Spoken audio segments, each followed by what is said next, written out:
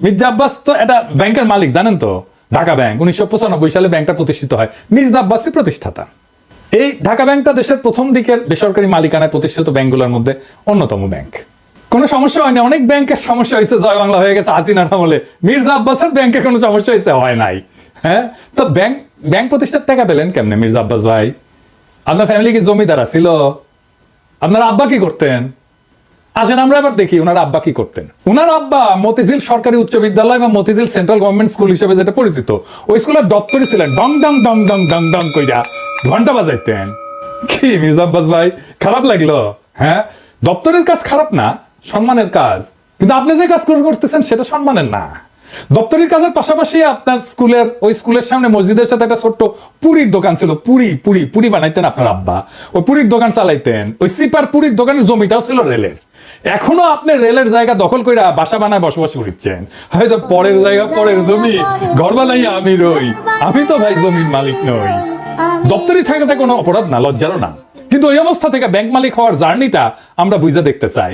কেমনে বাংলাদেশের এলিট তৈরি হয়েছে, কেমনে বাংলাদেশের পলিটিশিয়ানরা তৈরি হয়েছে, কেমনে বাংলাদেশের রাজনীতিতে দুর্বৃত্তায়ন হয়েছে। 91 সালে প্রথম এমপি হন মির্জা আব্বাস, তারপরে কিছুদিনের মধ্যে ঢাকার মেয়র, আর 4 বছরের মধ্যে ব্যাংক মালিক। এমপির বেতন কত মির্জা ভাই? মন্ত্রীর বেতন কত? 1-1.5 লাখ টাকা সেই সময় মাসে, তাই না? তো কোন জাদুর কাঠি পাইলেন যে ব্যাংক বানানোর টাকা পাইছেন? এমপি হওয়ার আগে কি করতেন আপনি? আপনি ছিলেন কমিশনার। কমিশনারের বেতন কত? আপনার বৈধ ব্যবসা কি ছিল? বৈধ ব্যবসা ছিল ওই অঞ্চলে শাহজাহানপুরের গরুঘাটের ইজারা নিতেন আপনি। সেই 75 পরবর্তী সময় কমলাপুর রেলওয়ে যত ঠিকাদারি, সড়ক পরিবহন সহ আরো বহু জায়গা থেকে চাঁদা উঠাইতেন। চান্দা তোলাটা আপনার পুরানো অভ্যাস, তাই চান্দা তুলে আমাদের টাকা দিতে চায় যেন আমরা ইউটিউবিং ছাড়ি। শুনেন, ওরা ওই যে ইউটিউবের মধ্যে কি যে পয়সা কামানোর একটা রাস্তা আছে ওদের, সে পয়সা কামাইতেছে। আরে ভাই, পয়সা যদি লাগে আমাদেরকে বল, আমরা চাঁদা দিলে দিব না, অসুবিধা নাই তো। চান্দা তোলা ছাড়া আর কিছু করার যোগ্যতা মির্জা আব্বাস আপনার ছিল না কোনোদিনই, কারণ উনি আবার দারুণ মেধাবী। আপনার ইউনিভার্সিটিতে পড়ার যোগ্যতা হয় নাই, সোহরাওয়ার্দী কলেজ থেকে 2nd ক্লাসের ডিগ্রি পাস করেছেন, এই যে সার্টিফিকেট আপনার, দেখেছেন? আল্লাহ বাঁচাইছে, আর একটু কম হলে তো জাতির ফিতা হয়ে যাইতেন। তো উনি নিজেই নিজের সার্টিফিকেট দাখিল করেছিলেন। যাই হোক, এই একাডেমিক কোয়ালিফিকেশন নিয়ে আপনার তো কেরানিরও চাকরি হতো না কোথাও, বাংলাদেশেও না। আপনার তো কিছু করার ক্ষমতাই নাই। ইউটিউবে টাকা পাওয়া যায়, কথা সত্য, বই লেখাও টাকা পাওয়া যায়, শিক্ষকতা কইরা, অভিনয় কইরা, কবিতা লিখা, গান গাইয়া টাকা পাওয়া যায়, প্লেন চালালেও টাকা পাওয়া যায়, রিক্সা চালালেও টাকা পাওয়া যায়, আপনার ড্রাইভারও যে ড্রাইভিং করে সেটা তো টাকা পাওয়া যায়। তো আপনি এর কোনোটাই পারেন না। আপনি চান্দা তুলে টাকা তুলতে পারেন, ওটাই আপনার উপার্জন, ওইটাই আপনার ক্ষমতা। তো চান্দা তুলে টাকা দিয়ে ইউটিউব বন্ধ করার আবদার কেন করতেছেন? ব্যথা বেশি দিচ্ছি, ব্যথা কি জিনিস আপনি টের পান নাই? আপনার তো কোনো স্কিল সেট নাই, আপনি কোনো কিছু করে উপার্জন করতে পারবেন না, তাই আসছেন রাজনীতিতে। এটাই বাংলাদেশের রাজনীতির মধু। আপনি ব্যবসাও পারেন না, তাই পারলে এন্টারপ্রেনার হইতেন। তো সম্পদ তৈরির জন্য চাঁদাবাজি করেছেন, করেন, এখনো করেন, বোঝা গেল। কিন্তু কোন জাদু বলে ব্যাংক বানাইছেন সেটা আমরা খুঁজে দেখবো, গলায় পাড়া দিয়ে এটা বের করবো।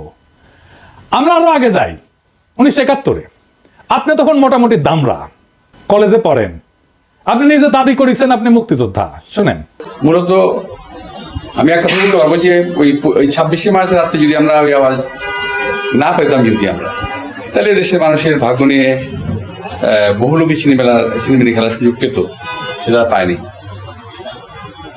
পরবর্তীতে আমরা মুক্তিযুদ্ধে যাই এবং দেশের স্বাধীনতা যুদ্ধে অংশগ্রহণ করি। এটা আবার বিএনপির পেজ থেকে শেয়ার দেওয়া। এই বক্তব্যে উনি বলছেন মুক্তিযুদ্ধে কি করেছেন সেটার কোনো কিন্তু উল্লেখ নাই। 25শে মার্চে কি হয়েছে, শাহজাহানপুরে ওনার বাসা থেকে কি দেখেছেন, ওইটুকুই শুধু বলতে পারেন, তার বাইরে আর যাইতে পারেন না। তার বাইরে গেলে জিয়াউর রহমান মুক্তিযুদ্ধের ঘোষণা অমুক তমুক ওই জায়গায় চলে যান। উনি কোথাও মুক্তিযুদ্ধ করেন নাই।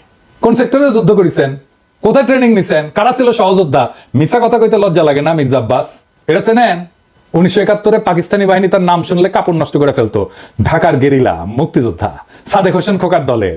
আমি তার কাছ থেকে জানছি আপনি মুক্তিযুদ্ধ করেন নাই।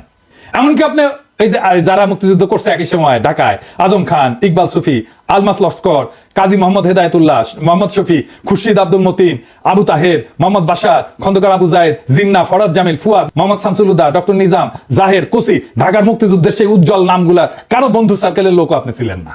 1971-এ মুক্তিযুদ্ধের যাওয়ার সাহস হয় নাই, আজ এসছেন 71 বাঁচাইতে, দ্বিতীয় স্বাধীনতাকে অস্বীকার করতে। বাহ বাহ, চমৎকার চমৎকার। আর এক জাফর ইকবাল রাজনীতিতে। আবার বলছেন আমরা নাকি হাসিনারে যারা সমর্থন করছে সে ব্যবসায়ীদের বিরুদ্ধে কিছু বলি না। শুক্রের গ্রুপ ওরা কিন্তু দেখেন ওরা শুধু রাজনীতিবিদদের পিছনে লেগেছে, কিন্তু যারা নাকি এই যে হত্যাকাণ্ড ঘটালো, এই যে ছাত্রদের হত্যাকাণ্ডটা ঘটালো, একটা বিশাল একটা ব্যবসায়ী গ্রুপ আছে না, আপনারা দেখেন এই 3 তারিখে 3 তারিখে আগস্টের 3 তারিখে যে যারা হাসিনার সঙ্গে দেখা করেছিল, মিটিং করেছিল এবং বিভিন্ন ভাষায় তাকে এমনভাবে কথা বলেছিল যে হাসিনা খুন করতে উৎসাহিত হয়েছিল, তাদেরকে এমনভাবে প্রভোগ করা হয়েছিল যে হাসিনাকে খুন করতে উৎসাহিত করা হয়েছে। সেই লোকগুলোর সম্বন্ধে তারা কিছু বলে না, তারা কিছুই বলে না, তার মুখে কোনো শব্দ নাই।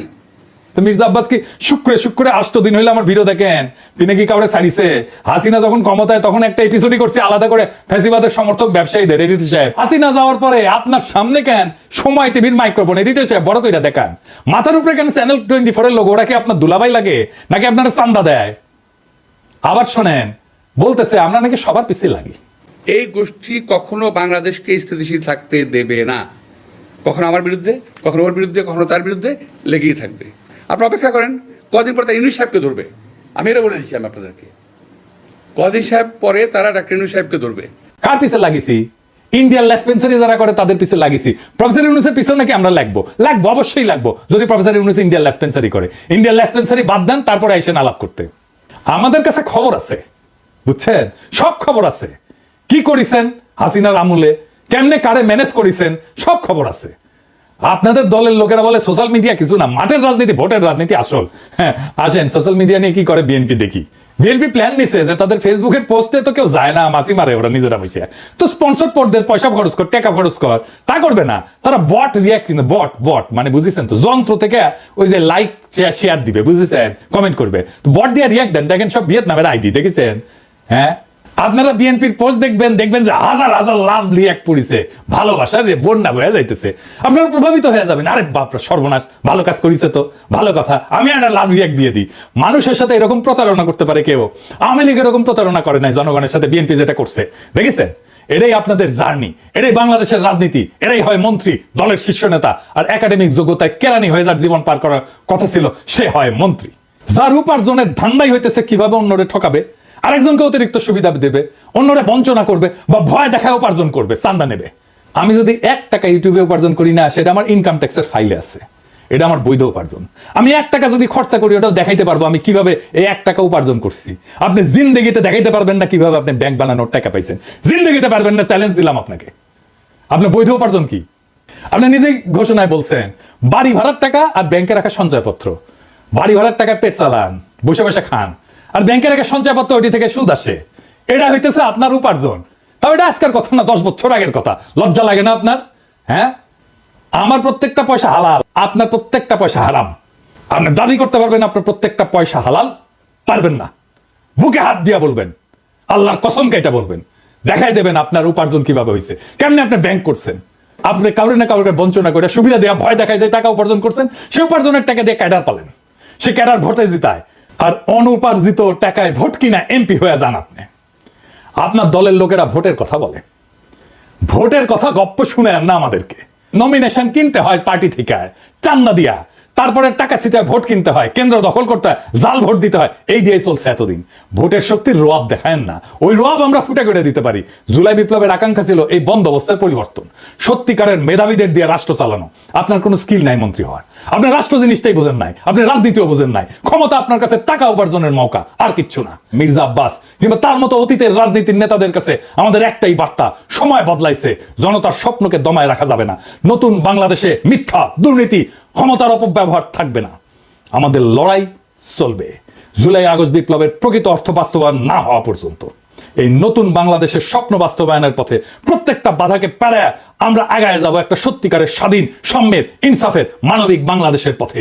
ইনকিলাব জিন্দাবাদ।